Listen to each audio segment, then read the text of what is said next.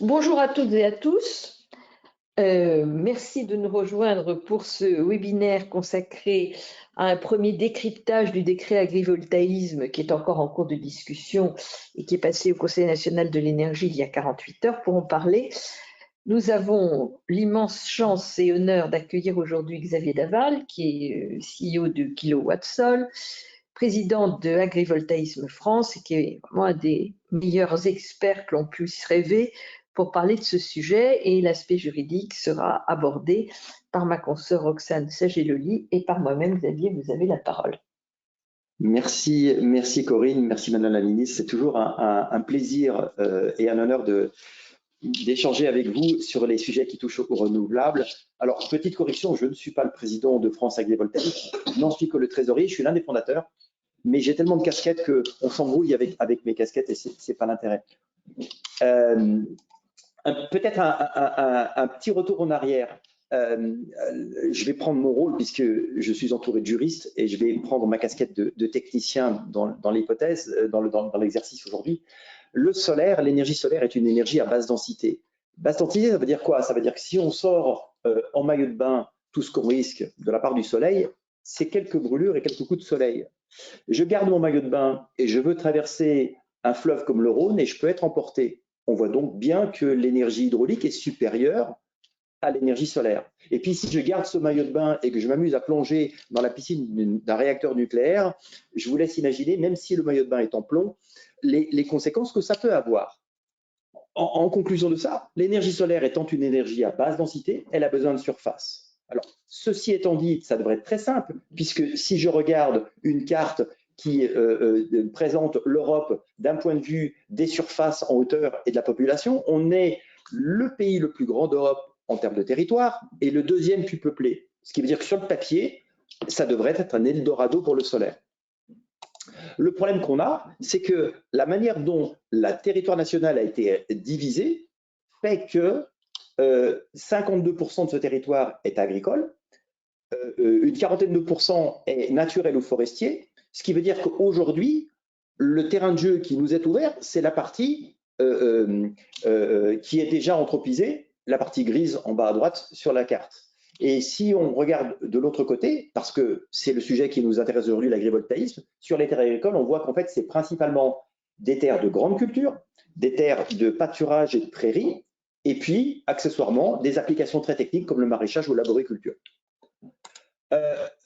Si on regarde d'un point de vue, on continue le focus d'un point de vue technique, on s'aperçoit qu'on peut, soit sur ces différents types de terrains agricoles, on peut soit être vers quelque chose qui est très proche du photovoltaïque classique, ce qu'on appelle l'agrivoltaïsme statique, voire en respectant des règles de densité. On peut aller vers des choses un peu plus techniques en ayant recours à des trackers, voire des choses qui sont très techniques en ayant des trackers qui vont être pilotés par des systèmes agronomiques qui vont échanger avec la plante. Alors, les bénéfices agronomiques, et on reviendra sur les textes après, mais je vais peut-être commencer par là. Ce qui est intéressant avec des solutions agrivoltaïques, quand elles sont vertueuses, c'est de limiter le stress hydrique, c'est de réduire la consommation en eau, parce que en fait une plante elle transpire pour se refroidir quand elle a trop chaud, donc elle pompe de l'eau. Limiter le stress thermique parce que d'un point de vue de la physique, à partir de quand il y a un écran entre le sol et le ciel, je réduis les échanges d'énergie et donc je vais d'un côté protéger par exemple les gels précoces et de l'autre côté quand la température est extrême, protéger contre ces températures extrêmes les plantes. Et puis enfin, d'un point de vue tout à fait simple, je réduis le delta de température entre le jour et la nuit. Et ça apporte aussi des bénéfices, ne serait-ce que aux personnes qui travaillent sous ces systèmes, puisqu'on leur apporte de l'ombrage, on leur apporte des structures, et sur ces structures, on peut y faire des choses, on peut y accrocher des outils, on peut y accrocher des filets, par exemple anti-grêle, etc., etc. Donc on voit bien que c'est un potentiel de bénéfices agronomiques qui est important. Dans les décrets aujourd'hui, une des premières problématiques, et si je garde la main pour le moment, c'est la problématique du taux de couverture et du partage de la lumière, quelque part. Il y a eu toute une polémique autour de Christian Duprat. Christian Duprat est quelqu'un de remarquable. C'est l'un des meilleurs champions qu'on a au niveau international de l'agroforesterie. Et l'agroforesterie, finalement, qu'est-ce que c'est? C'est cultiver sous des arbres, donc cultiver sous l'ombre. Et c'est sans doute, d'un point de vue des pratiques agricoles, ce qui se rapproche de plus de ce que sera l'agrivoltaïsme. Et je pense que des gens comme ça, il faut les écouter, même s'il faut peut-être prendre de la distance par rapport à les usines à gaz techniques qu'ils pourraient produire. Si je résume l'expression, ce qui va nous intéresser dans le taux de couverture, c'est la surface des panneaux photovoltaïques divisée par la surface de la centrale au sol. Je crois que c'est un échange qu'on va avoir sur la notion de détermination de ces surfaces. La vraie problématique étant le problème du partage de la lumière. Je vais juste faire un petit topo très simple. C'est que dans le principe de la photosynthèse, une plante va absorber les photons jusqu'à un certain seuil. Ce sont les différents plateaux qu'on a suivant les types de cultures qu'on a. Au-delà d'un point de saturation, la plante ne sait plus quoi faire des photons et donc doit se refroidir, pomper de l'eau pour évaporer. Dans le texte de l'arrêté actuel, et moi je me contente des problèmes techniques, on nous parle de technologies éprouvées. Donc ces technologies éprouvées auront l'avantage de n'avoir qu'un contrôle tous les 5 ans, d'être listées sur un arrêté, d'avoir un taux de couverture qui sera reconnu et adopté pour cette pratique, pourra être exempté de zones témoins, etc. L'inconvénient que je vois tout de suite, c'est que ça sous-entend de disposer au niveau national de cette liste établie conjointement par ministère de l'Agriculture et ministère de la Transition énergétique, en s'appuyant sur les connaissances de l'ADEME. Encore une fois, cette liste de technologies éprouvées n'arrivera qu'avec le temps. On est au début de l'histoire, donc à terme, ça sera super, mais ça veut quand même dire que jusqu'à présent, quasiment la totalité des projets doit rester dans un mode de projets expérimentaux, normalement réservé à des installations de moins de 10 MW et avec un taux de couverture limité à 40%, avec un contrôle annuel. La notion de zone témoin qui aussi va être une problématique parce que cette zone témoin, elle sous-entend d'avoir un élément sur la même exploitation agricole à proximité qui correspond à peu près à 5% de la surface agrivoltaïque retenue dans la limite des 1 hectare. Et dans le cas où il ne pourrait pas y avoir de zone témoin, il y a quand même des dérogations qui seront prévues, mais ça veut dire qu'il faudra s'appuyer sur un référentiel local d'une pratique culturale qui serait connue sur une zone ou dans un périmètre proche et éventuellement disposer de résultats agronomiques, ce qui veut dire qu'il faudra s'appuyer sur d'autres expériences ou d'autres sites. Voilà, je m'arrête là pour ma partie. Et, merci. Merci Xavier. Alors je vais reprendre la main pour l'aspect plus juridique et puis peut-être qu'on vous posera des questions dans le cours de nos débats. Alors, avant d'en venir au contenu même du texte, je voudrais faire quelques rappels de base. D'abord, le rappel sur les objectifs que nous avons à atteindre en matière d'énergie renouvelable, sachant que l'essentiel des ENR, ça va être l'éolien et le solaire. Et que dans l'éolien, ça va être de l'éolien en mer, parce que c'est ce qui va ramener plus d'électricité, et le solaire photovoltaïque. Les objectifs sont très ambitieux, puisque je rappelle que c'est 42,5% en 2030 du mix énergétique, pour parler simple. 42,5%, cela signifie, et c'est en moyenne, donc ça donnerait pour la France probablement 45 ou 46%. Je rappelle que nous sommes la lanterne rouge de l'Europe, que nous devions atteindre 23% en 2020, que nous ne sommes toujours pas à 23%, on est péniblement à 22%, ce qui veut dire qu'entre 2020 et 2023, en 3 ans, nous sommes péniblement passés de 19, quelque chose à 22, et qu'on voudrait nous faire croire qu'on va arriver à 43 ou 45 ou à je ne sais pas combien pour 2030, ce qui est une aimable plaisanterie. Et du reste, la preuve en est que le gouvernement français n'a même pas osé dire à la Commission ce qu'il attendait comme objectif à atteindre pour 2030. Et donc, il y a eu un rapport assez violent qui a été publié hier sur ce sujet par la Commission sur les propositions françaises. Donc, on a vraiment besoin de développer le solaire et notamment l'agrivoltaïsme qui a l'avantage de marier l'agriculture et la production d'énergie solaire pour le plus grand bénéfice des agriculteurs d'abord, mais aussi des populations voisines si on rentre dans des réseaux de communautés d'énergie par exemple ou d'autoconsommation collective et en tout cas pour le bien-être de toute la collectivité. Deuxièmement, je voudrais rappeler brièvement quelque chose qui est assez méconnu finalement, y compris des professionnels, ce qui est un peu curieux, mais enfin, qui est le fait que les textes communautaires, je parlais du règlement du 20 décembre 2022 de mémoire, et qui vient d'être prolongé, puisqu'il devait arriver à échéance à la fin de l'année 2023, il est prorogé jusqu'à la fin de l'année 2025. Et la directive RED 3 qui a été adoptée en octobre 2023, ces deux textes raccourcissent de manière draconienne les délais pour réaliser les opérations. Quand je dis draconienne, ça veut dire que pour les projets qui posent quasiment pas de problème, ça peut être 1 mois, y compris avec une autorisation tacite. Je vois que ça on en est très loin. Javier. Et c'est la même chose pour le raccordement. Voilà. Donc, j'attends avec impatience qu'il y ait quelques professionnels qui en aient ras-le-bol, qu'on leur notifie des délais de 2 ans, 3 ans pour les raccordements et qui, au bout de 6 mois, n'ont toujours pas leurs autorisations, alors que c'est complètement irrégulier. Je ne dis pas illégal puisque ce n'est pas la loi qui l'a fixé, mais c'est des textes communautaires et je rappelle qu'un règlement, il n'a pas besoin de transcription. Donc, le règlement de 2022 applicable jusqu'en 2025, il est directement applicable en droit interne. Donc, voilà. J'en viens maintenant à notre décret donc, qui va être mis en discussion et qui vient préciser de manière opportune, me semble-t-il, parce qu'on en avait besoin, les dispositions de l'article L314-36 du Code de l'énergie qui résulte de la loi APER. Alors, je rappelle que cet article L314-36, je surveille l'heure pour qu'on ait le temps de dire tout ce qu'on a à dire, précise que est considérée comme agrivoltaïque une installation qui répond, disons, à 2 grands objectifs. Le premier, il faut garantir à un agriculteur un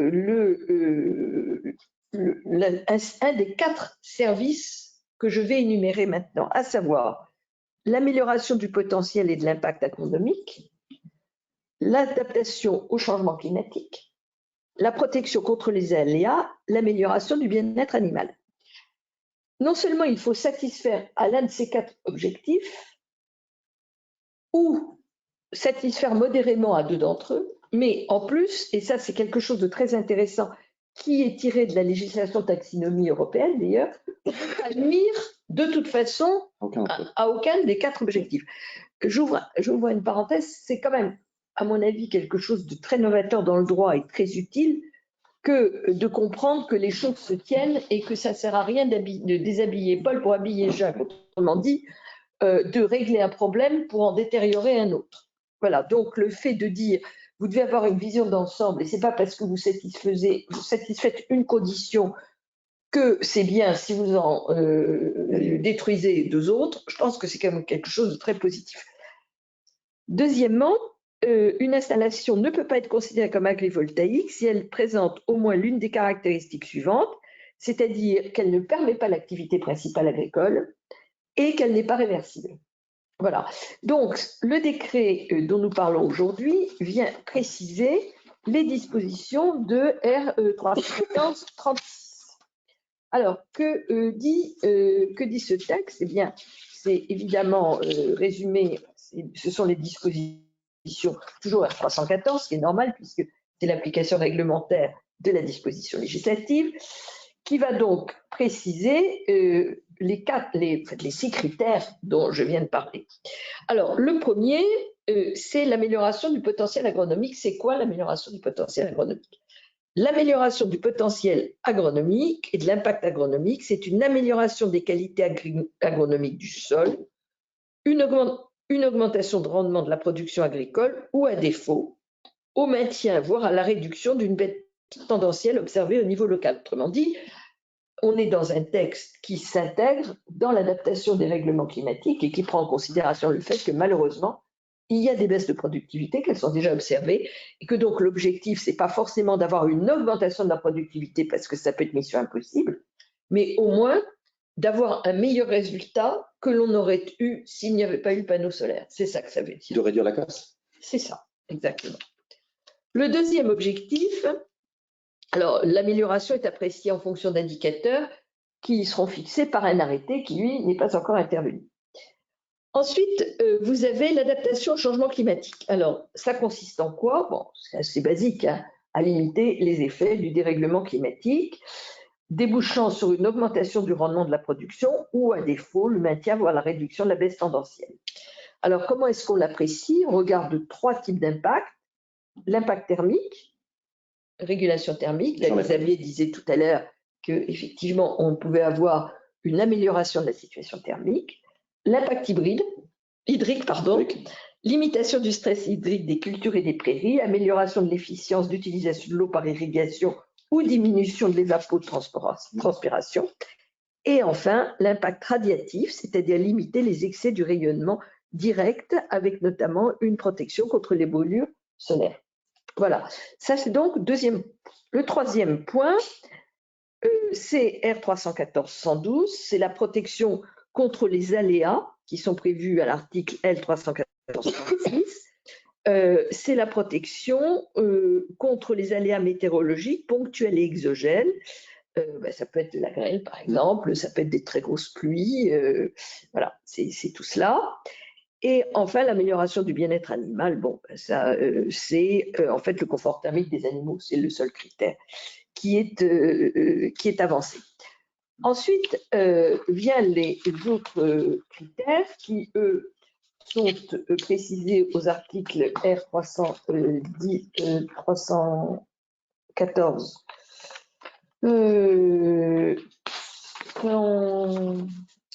Je suis perdue là. Qui sont un peu plus loin, donc qui ne concernent qu'en réalité que la question de la réversibilité. Voilà, c'est l'article 5, qui est donc un nouvel article R161-1. Il n'y a pas de précision sur le premier point, parce qu'il s'explique de lui-même. Par contre, il y a des précisions sur le second, c'est-à-dire ce qu'il faut entendre par les conditions de réversibilité, qui sont en fait des caractéristiques techniques que vont devoir avoir les installations solaires en termes de démontage. D'autre part, il y a une précision intéressante qui est apportée sur la non prise en compte dans les objectifs ZAN. Donc ça, c'est extrêmement important. Pas de double peine. Pas de double peine, comme dit Xavier, c'est-à-dire qu'on a un renvoi aux dispositions de la loi et des articles RL plutôt, l'article L111-30, qui précisément fixe les règles de ZAN et fixe les règles d'exemption de ZAN, et on pourrait donc rentrer dans une règle d'exemption, ce qui paraît quand même de bon sens entre nous.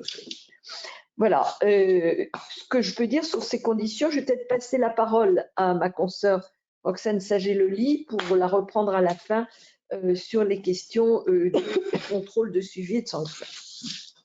Bonjour à tous, excusez-moi si je m'étouffe un petit peu. Simplement pour compléter sur ce que disait Madame Lepage, effectivement, on a une toute récente actualité, la ZAN, puisqu'on a la nomenclature qui est enfin sortie, alors à condition qu'elle ne reparte pas encore devant le Conseil d'État, on n'est pas à l'abri.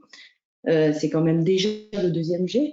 Et donc dans la nomenclature, avec le nouvel article de mémoire, c'est le R111- le R101-1 du Code de l'urbanisme, qui effectivement exclut les installations photovoltaïques au sol de la définition de l'artificialisation et qui renvoie à certaines, à 3 catégories en particulier de la nomenclature pour évidemment ce qui va concerner les installations techniques connexes et les pistes notamment. Mais voilà, normalement, alors on dit peuvent être exclus, mais c'est évident que ce sera exclu de la nomenclature ZAN. Voilà, donc ça étant précisé, il y a beaucoup d'actualités juridiques en ce moment qui se superposent mais qui se rejoignent. Je vais aborder un petit peu plus rapidement les modalités techniques des dossiers d'implantation de ces installations. Alors d'abord, les modalités de demande d'autorisation d'urbanisme. Donc très rapidement, on a des nouveaux articles qui sont intégrés dans le code de l'urbanisme. Je ne vais peut-être pas les citer à chaque fois parce que vous allez les retrouver dans le décret et que ça risque d'être assez lourd parce qu'il y en a quand même quelques-uns. Mais globalement, vous avez un dossier de demande d'autorisation d'urbanisme, donc permis de construire, déclaration préalable principalement, qui va être complété par un document qui évidemment doit détailler les éléments justifiant qu'on répond à toutes les conditions que vient de vous lister Madame Lepage, donc avec une description de la parcelle agricole sur laquelle effectivement il y aura un sujet de définition, je pense, en jurisprudence et pas mal de boulot pour nous pour avoir une interprétation qui soit la plus large possible. Donc une description des éléments qui permettent d'apprécier le respect des cas de service qu'on est censé apporter à la parcelle agricole, les informations qui permettent d'attester du fait que la production agricole est bien l'activité principale de la parcelle. Donc on revient sur la notion de taux de couverture, qui permettent également de justifier du caractère significatif de la production et qu'elle assure des revenus durables à l'agriculteur. Ça aussi, c'est des notions qui sont d'ores et déjà très discutées parce qu'on a déjà des critères aujourd'hui existants en jurisprudence qui renvoient à ces notions-là. Et je pense que ça ne va pas se terminer avec ce décret. Il va y avoir sans doute beaucoup de jurisprudence là-dessus. Une description de la zone témoin, le cas échéant, quand il y en a une, parce que typiquement, sur les installations d'élevage, par exemple, vous avez une dérogation de droit à cette zone témoin, donc ça va plus être pour des pratiques culturelles. Et la justification que l'agriculteur est effectivement actif selon les critères du code rural. Donc on a également les précisions sur l'autorité compétente pour délivrer l'autorisation. Classiquement, ça va être le préfet pour les installations agrivoltaïques, y compris, et ça par contre c'est nouveau, pour celles qui sont accessoires à une construction, c'est-à-dire sur serre, sur bâtiment agricole. Jusqu'à présent, ça pouvait être le maire. On renvoie au préfet. On a également les descriptions sur les modalités de l'avis de la CDPENAF. Globalement, vous allez avoir une majoration du délai d'instruction de 2 mois et avec un avis favorable au bout d'un délai de 2 mois de saisine, demeurer sans réponse. Donc le décret vient également nous définir les conditions d'implantation. Alors là, on va donc au début ça concernait les installations agrivoltaïques. Là, ça va davantage concerner les installations photovoltaïques, celles qui sont considérées comme compatibles avec l'activité agricole, à l'inverse des installations agrivoltaïques qui sont donc considérées comme nécessaires à l'activité agricole. Pour rappel, sur cette notion d'implantation dans les documents cadres, la loi APER donc a instauré ce nouveau système de documents cadres qui doit être arrêté par le préfet et qui doit définir les surfaces agricoles et forestières qui seront ouvertes à des projets solaires hors agrivoltaïsme. C'est-à-dire que maintenant, en dehors de ces documents cadres, de ces surfaces et de ces conditions qui seront définies dans ces documents cadres, eh ben, vous ne pourrez plus installer de solaire au sol hors agrivoltaïsme. Donc ça, c'est quand même une très, très grosse nouveauté. Et la loi nous expliquait que seuls pouvaient être inclus dans ce document cadre des surfaces, des sols réputés incultes, première catégorie, ou des surfaces non exploitées depuis une certaine durée, deuxième catégorie. Et c'est là-dessus, sur ces 2 catégories, donc vient le décret pour nous expliquer un petit peu ce à quoi il faudra désormais s'attendre. Donc sur la première catégorie, les terres réputées incultes, le décret nous indique que donc sera considérée comme telle une terre identifiée, donc une terre à vocation agricole ou pastorale, qui répondra à au moins une des 15 conditions qui sont listées. Alors, je ne vais peut-être pas toutes les reprendre, mais vous allez les retrouver principalement, c'est les conditions des terrains dégradés K3 creux. Voilà. et auquel vous rajoutez pas mal, mais vous retrouvez la définition des terrains dégradés, des appels d'offres de la Creux pour le K3. Donc le décret nous explique ensuite, après nous avoir donné cette liste, ce qu'il entend par surface non exploitée, pour la deuxième catégorie donc. Et donc ces surfaces vont être celles qui seront non exploitées depuis une durée d'au moins 10 ans à la date de la publication de la loi, non pas du décret. Donc c'est 10 ans avant le 10 mars 2023.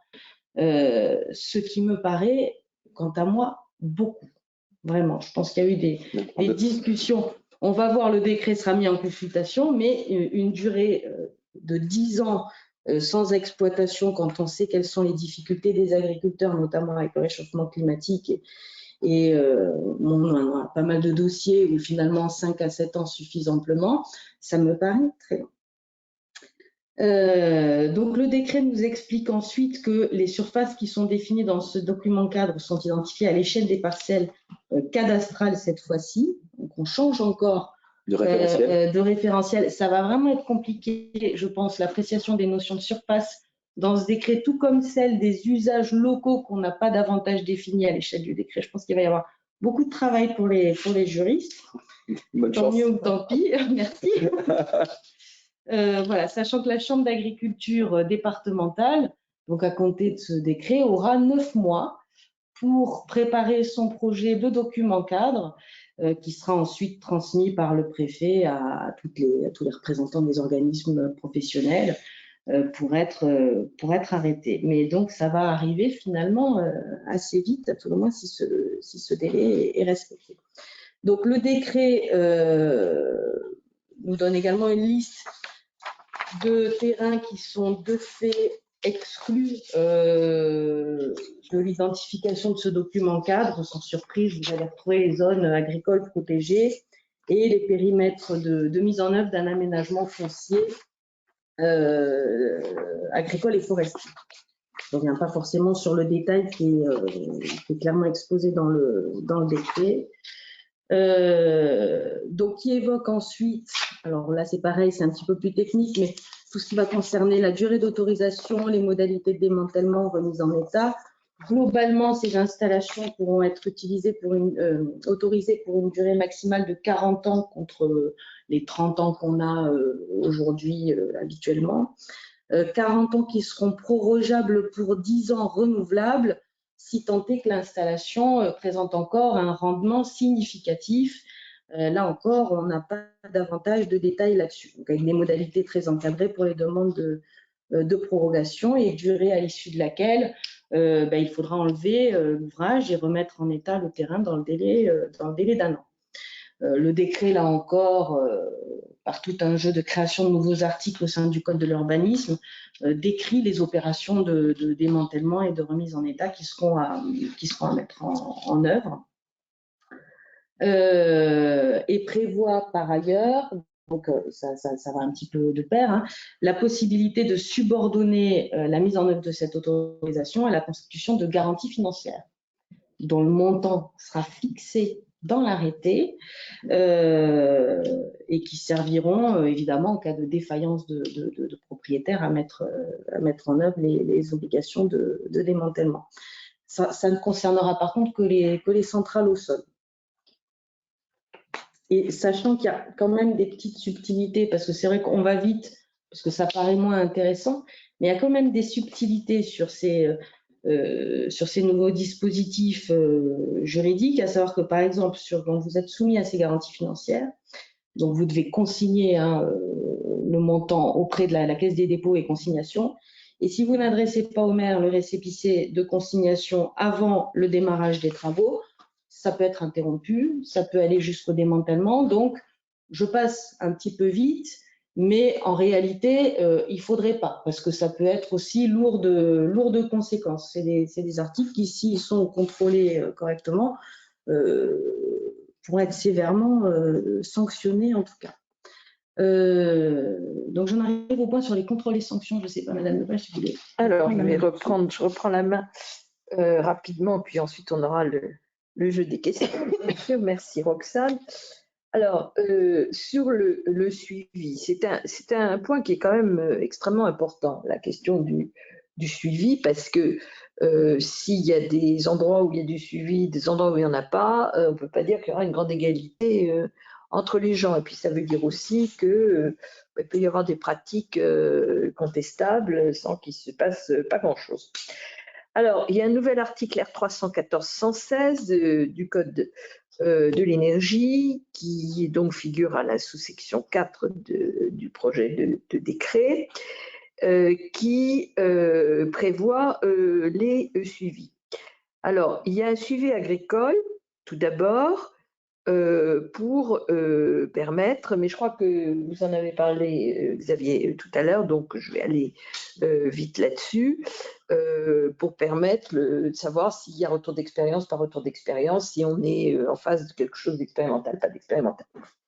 Ensuite, il y a deux contrôles majeurs. Il y a un premier contrôle à la mise en service de l'installation, puis au suivi du respect des dispositions des différents articles du code. C'est ce que j'ai rappelé tout à l'heure. Est-ce que vous êtes dans une des 4 catégories? Est-ce que vous rendez un service, etc. Est-ce que vous êtes bien réversible?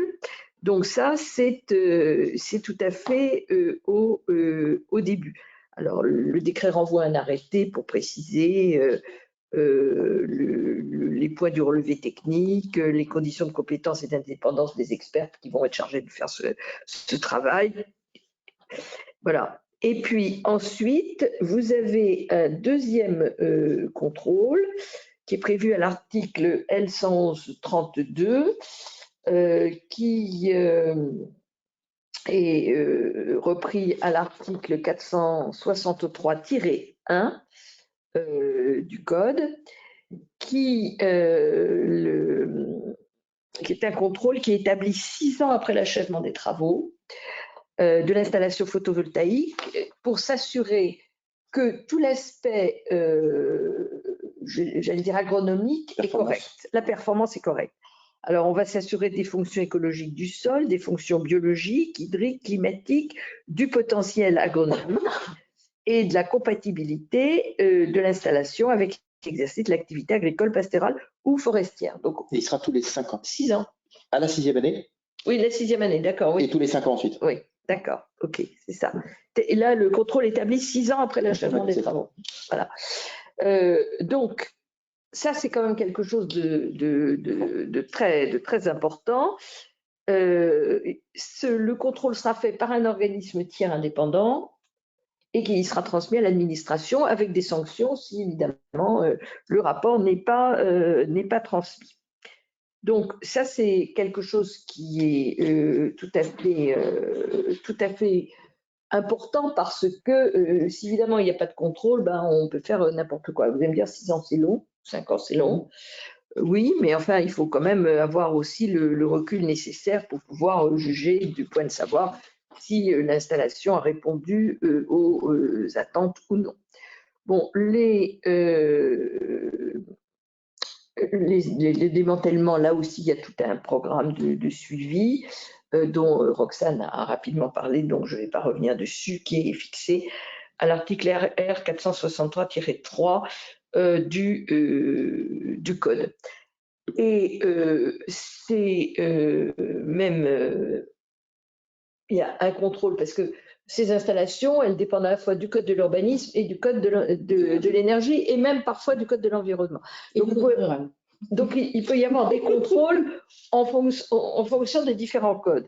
Donc, sur le code de l'urbain, eh bien, il y a une possibilité de sanction mais sur la base cette fois-ci du code de l'urbanisme et non plus du code de l'énergie, si l'autorité se rend compte que l'installation n'est plus exploitée ou que les conditions de compatibilité avec l'activité agricole ne sont plus remplies. Donc en fait, il y a une double peine.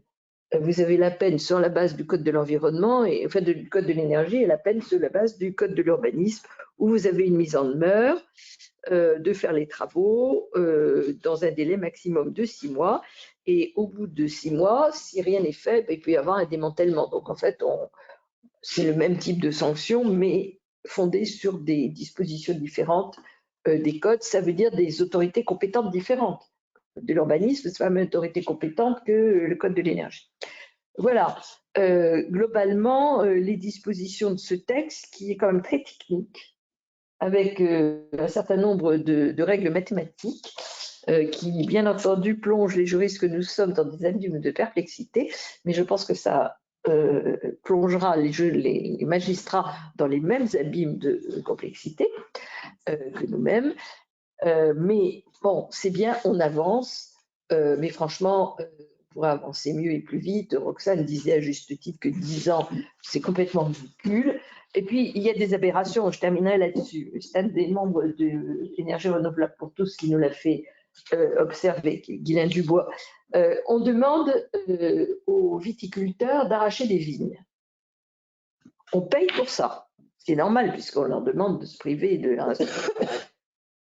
Pourquoi ne pas proposer de mettre des panneaux photovoltaïques à la place qui seraient financés précisément par ce démantèlement des vignes, enfin cet arrachage des vignes, et qui permettrait un revenu pour les viticulteurs durant tout ce temps. C'est tellement évident. Je veux dire qu'il y a comme ça toute une série de possibilités qui ne sont absolument pas exploitées parce que on reste toujours dans cette idée que oui, bien sûr, on est bien obligé d'en faire un peu, mais il ne faut pas exagérer. Si vous permettez un petit mot là aussi sur l'appréciation, c'est quand même impressionnant de voir que sur une innovation technologique, l'agrivoltaïsme, un concept qui n'existait pas il y a 3 ans ou 5 ans, sauf chez quelques experts à droite à gauche, on est d'emblée voulu l'enfermer dans une boîte dont on connaît parfaitement la largeur, la hauteur, la taille de la porte, la taille des charnières, la dimension des boulons. C'est hallucinant. Ouais. Voilà. Margot, avons-nous des questions? Oui, une première question. Bonjour, est-ce que dans un projet agrivoltaïque, nous pourrons nous affranchir de l'accord et d'une délibération favorable du conseil municipal? En effet, beaucoup de communes indiquent que si la zone agricole n'est fléchée en zone ENR, c'est non. De plus, comme c'est le préfet qui délivre le permis, devons-nous nous plier à l'accord de la commune en sachant que le développement est rendu difficile par les problèmes d'acceptation des élus? Je pense que ça renvoie en fait aux problématiques qu'on a à peu près dans tous les dossiers. De zonage des PLU, si je peux me permettre de réinterpréter la question quand on parle de délibération du conseil, pour moi c'est ça. Et effectivement, vous avez pas mal de communes qui font obstruction parce qu'elles n'ont pas de zonage dédié dans le PLU. Mais il est quand même maintenant bien admis en jurisprudence, même si effectivement beaucoup de communes, et pas que d'ailleurs, beaucoup de services de l'État aussi font barrage là-dessus, il est admis que même quand vous n'avez pas de zonage dédié, c'est des installations qui sont compatibles, alors à condition d'en justifier bien entendu, mais qui sont par principe qu'on peut autoriser dans les zones agricoles et naturelles des PLU. Voilà. Et comme c'est le préfet qui décide, de toute façon la commune, elle n'a pas à décider là-dessus. Elle rend qu'un avis dans le cadre de la procédure d'instruction, mais la commune ne statue pas sur l'autorisation, simplement sur le PLU. Et même quand elle ne l'a pas fait, donc on peut, encore une fois, implanter les installations, contrairement à ce qu'on peut souvent entendre de beaucoup de porteurs de projets. Et ça ne va pas changer. C'est le préfet qui reste responsable et qui statue, qui autorise ou qui n'autorise pas.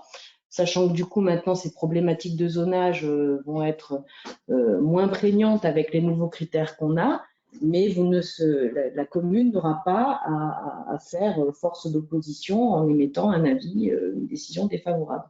Si j'ai répondu à la... Oui, tout à fait, mais juste, je voulais compléter ce que vous disiez qui me paraît frapper du coin du bon sens. J'en reviens toujours à mon dada, mais vous regardez dans RED 3, dans le règlement là, qui vient de sortir, d'abord, il n'y a plus, et ce n'est pas 15 autorisations, c'est une seule. Hein. Le délai, c'est pour tout, et s'il y a 15 autorisations, ben, c'est dans le même délai qu'une seule. Hein.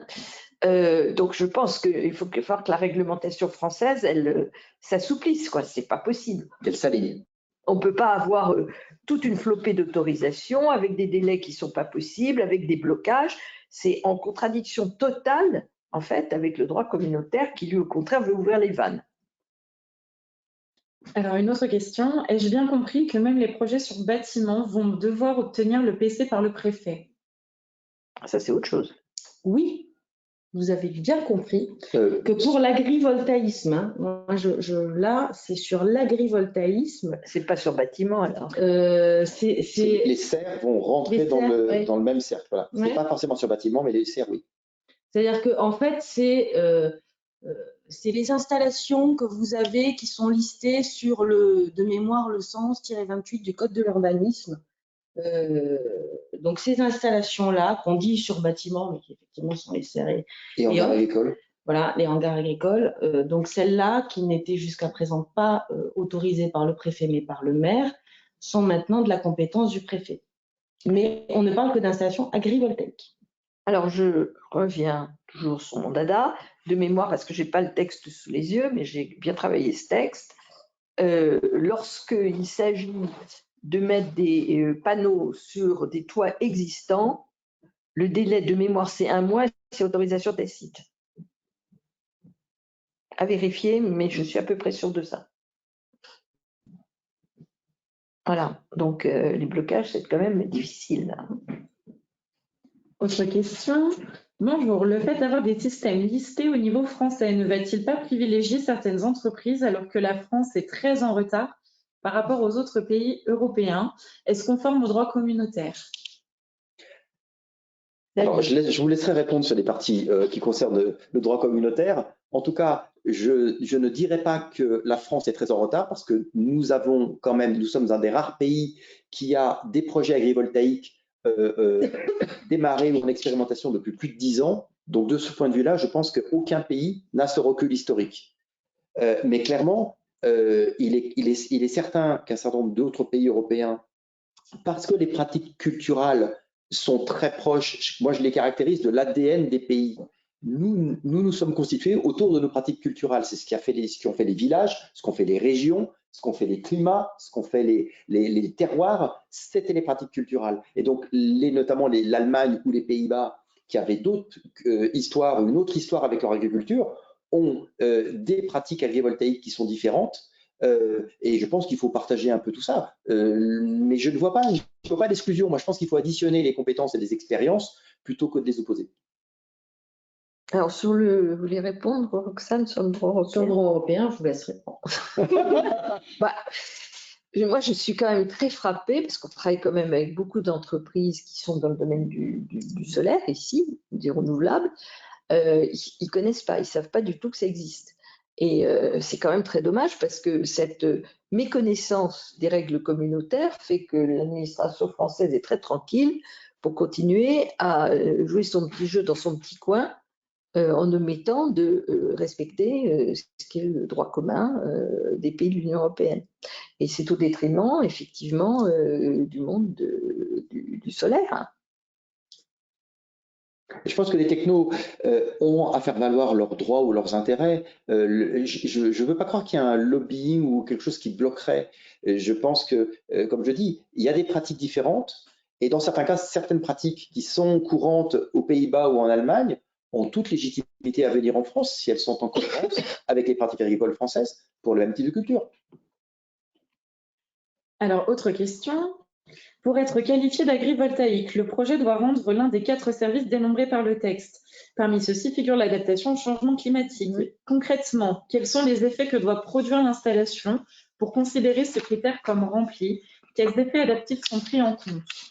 Alors, je l'ai rappelé tout à l'heure, mais je vais revenir. Il faut limiter les effets néfastes du dérèglement climatique. Donc, ça commence par se définir de manière négative. Bon. Ensuite, ça veut dire une augmentation du rendement ou, à défaut, faire mieux que ce qu'on aurait fait sans l'installation. Et ça s'apprécie avec 3 effets potentiels. L'effet thermique, c'est-à-dire que vous avez une régulation de la structure quand il fait très chaud, quand il fait très froid, de l'ordre de 2 degrés, ouais. Ce que disait dans sa présentation Xavier tout à l'heure. Un effet hydrique, c'est-à-dire la réduction du stress hydrique, et un effet radioactif, c'est-à-dire que radiatif, c'est-à-dire qu'il y a une limitation de l'effet des rayonnements du fait de la présence de ces structures.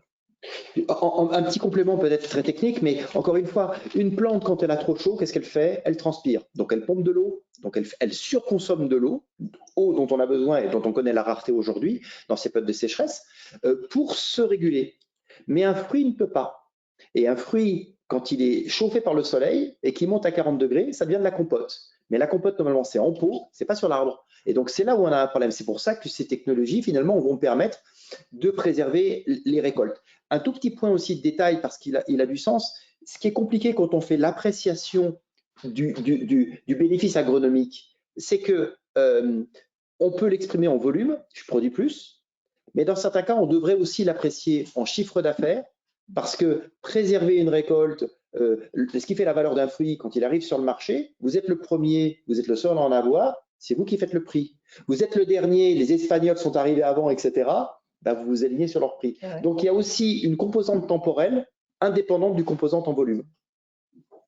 Si je peux me permettre, si vous vous intéressez un petit peu aux détails, on va dire, scientifiques de ces services qui sont apportés à la parcelle là, sur l'adaptation au changement climatique, moi, je me sers beaucoup dans les contentieux qu'on a du guide qu'avait publié l'IDEL, l'Institut de l'élevage, en 2021. Il est très bien fait parce qu'il recense justement les études scientifiques parce qu'on a quand même peu de choses. Hein, parce que c'est neuf. Cette technologie éprouvée, comme vous disiez, mais c'est très bien fait. Vous avez le listing et la démonstration de tous les impacts que vous allez avoir sur le microclimat, sur la production de biomasse, sur la qualité et la quantité de dynamique de pousse de l'herbe. Si vous allez plus loin sur l'élevage, par exemple, on voit que l'augmentation de température augmente le stress cardiaque, notamment sur les volailles. Oui, et donc le taux de mortalité augmente. Et vous avez également aussi la protection aérienne contre les prédateurs, contre les rapaces. Et là aussi, on va dire, c'est pas forcément courant ou intuitif de considérer que mettre un abri au-dessus de la tête d'un animal, d'autant que les poulets, par exemple, sont des animaux de sous-bois qui, dans la nature, ne vivraient jamais en plein champ. Autre question? Autre question. Le décret prévoit un taux de couverture du terrain agricole jusqu'à 40%, alors que l'INRAE avait estimé dans une étude qu'une couverture de 20% maximum devait être envisagée afin de préserver la rentabilité des cultures. Dans le même temps, on apprend que pour un développement rapide et peu coûteux de l'agrivoltaïsme, celle-ci n'aurait besoin que de 0,17 à 0,5% des surfaces agricoles françaises, 50 à 150 000 hectares. Selon vous, est-ce que le taux retenu dans le décret est trop élevé ou s'avère-t-il nécessaire? Moi, je vais être beaucoup plus pragmatique. J'ai des responsabilités à plein de niveaux. Je sais une chose, c'est que si on veut avancer, il faut faire simple.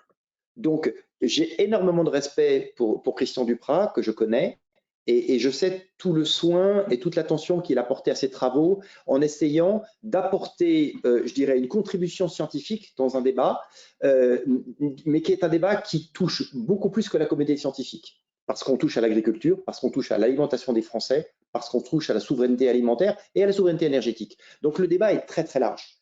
Moi, ce que je voudrais retenir en prenant un tout petit peu de recul, c'est qu'il fallait que ce texte fixe un chiffre pour que, j'allais dire d'emblée, à l'instruction, on dise au-delà d'un certain pourcentage, il est peu probable que les technologies qu'on nous annonce aient un quelconque bénéfice agronomique. Et donc, il faut savoir mettre une ligne droite. Ensuite, que d'emblée, alors qu'on parle d'innovation technologique, le législateur sache déjà que pour la poire de Chasselet, c'est 32,5% de couverture, et pour le maïs de semence, ça doit être 44,3%. C'est impossible. Donc, à la fin du compte, ce chiffre n'est pas parfait, ce chiffre est contestable, j'ai aucun problème avec ça. La seule chose que je sais, et ça, je dirais, c'est ma culture résiliente de photovoltaïcien, on fera avec les chiffres. Et on ne fait qu'à partir du moment où il y a un chiffre. Alors, on peut prolonger les débats pendant 2 ans ou 3 ans jusqu'à ce qu'on aboutisse à une règle que seul un polytechnicien ou un agronome de l'INRAE sera capable d'interpréter, et on n'avancera pas, ou on fait avec, et puis on traitera au cas par cas, et on va construire notre corpus d'expérience. Et on aura des pratiques qui démontreront que, comme c'était ouvert, on a le droit de faire plus dans certains cas, mais il faut le démontrer. Et puis, on verra avec les fameux contrôles dont parlait Corinne tout à l'heure, c'est-à-dire qu'il y aura une vérité objective de est-ce que ça marche ou ça ne marche pas. Donc, c'est pour ça que moi, ce chiffre, à mon avis, n'est pas le bon débat. Et si je peux me permettre d'ajouter, il est adaptable. Hein. Il y aura toujours, quand vous avez une règle, ça veut dire qu'il peut y avoir des dérogations. Par principe, les dérogations, donc ça pourra bouger. Et en plus de ça, le taux de couverture, il a, si je dis pas de bêtises, même une superficie de définition qui est encore différente de celle de la notion de parcelle agricole, c'est-à-dire qu'il est plus restreint. La parcelle agricole, on va l'entendre comme une surface continue qui accueille le projet, mais qui, de ce que je comprends, et c'est à parfaire, pourrait aussi inclure, par exemple, des zones d'évitement que vous allez réserver pour certaines espèces. C'est ce que j'ai tout le détail là. Voilà. J'ai l'image. Tandis que sur le taux de couverture, c'est uniquement la surface qui sera concernée par la pose des panneaux. Donc, vous allez calculer les interrangs plus les panneaux. Donc, c'est déjà une surface qui est bien plus restreinte que celle de la surface de la parcelle agricole dont on parlait tout à l'heure. Et puis, n'oublions pas que le décret va être soumis à la consultation du public et qui va peut-être encore bouger. C'est des chiffres qui sont systématiquement mis entre crochets, ça, pour l'instant. Voilà, mais allons de l'avant. Allons de l'avant. Je pense qu'on peut encore discuter très longtemps sur le 40, c'est 35, c'est 42. Et je pense que c'est pas ça le vrai débat. Le vrai débat, c'est si on veut trouver des solutions qui marchent et qui soient démontrables, partons d'un chiffre et puis on le fera évoluer. Mais rester dans le flou, de toute façon, fait qu'on n'avance pas. Autre question? Oui. Bonjour. Il existe actuellement plusieurs types de montages contractuels impliquant parfois la superposition de baux qui ne sont pas toujours adaptés à la filière. Il était question dans le cadre des débats de la loi APER de créer un bail agrivoltaïque, mais cette proposition avait été écartée. Selon vous, les dispositifs actuels sont-ils suffisants ou serait-il pertinent de créer un tel véhicule contractuel? Alors, vous voulez répondre? Je pense qu'il y a effectivement, alors juste sur l'aspect maîtrise foncière, qui je crois est l'objet de la question, il y a effectivement un sujet. Parce que, alors peut-être qu'il faudrait créer un outil adapté, mais moi j'ai un petit peu peur de tout ça, parce que chaque fois qu'on dit ça, on s'enferme dans quelque chose qui est dans un remède qui est souvent pire que le mal. Mais il est vrai, et j'ai le cas là actuellement d'ailleurs sur un dossier que je suis en train de travailler, qu'on a des systèmes qui ne sont pas forcément très opportuns. Vous allez avoir un porteur de projet qui va être obligé de conclure un bail amphithéotique avec le propriétaire des parcelles. Bon, parce qu'il n'est pas propriétaire, il est exploitant, il est porteur de projet. Et donc, n'étant pas propriétaire, puisque c'est avec un bail amphithéotique, il ne peut pas conclure de bail rural avec les agriculteurs. Donc, il va conclure des contrats qui sont d'ailleurs généralement très bien faits, puisqu'ils sont travaillés avec les représentants du monde agricole, à commencer par certaines chambres d'agriculture, parce que toutes ne le souhaitent pas. Mais vous avez des contrats donc de prêt, finalement, qui sont conclus avec ces agriculteurs. Et c'est des dispositifs qui, a priori, fonctionnent et comportent des garanties suffisantes de sécurité, de pérennité. Il n'y a pas de sujet. Mais par contre, le préfet, et moi j'ai le cas là dans un arrêté de refus de permis justement pour une centrale agrivoltaïque qu'on défend, le préfet se sert de ce montage contractuel qui n'est selon lui pas aussi satisfaisant que pourrait l'être un bail rural, alors que légalement parlant, on ne peut pas faire de bail rural. Et il se sert de ça pour nous expliquer qu'on n'apporte pas de garantie suffisante de pérennité, de sécurité. Il n'est pas question de faire évoluer le bail rural justement pour l'élargir. On a justement une participante en ligne qui nous dit, pour info, le législateur travaille sur un futur bail rural agrivoltaïque et c'est la FNSEA qui est aux manettes. Oui, c'était les informations que j'avais. Mais il y a un vrai sujet contractuel qui pose quand même. Mais je ne voudrais pas laisser d'ambiguïté sur le message de notre correspondant là. La FNSEA est aux manettes et c'est normal puisqu'en fait elle est quand même une représentation syndicale professionnelle historique. Peut-être ne faut-il pas qu'elle soit seule, mais en tout cas elle a parfaitement légitimité de se saisir du dossier. Et ensuite, j'ai cru comprendre par mes échanges justement avec la FNSEA qu'ils étaient très attachés au bail rural parce qu'il a beaucoup d'intérêt. Il est profondément ancré dans la culture agricole.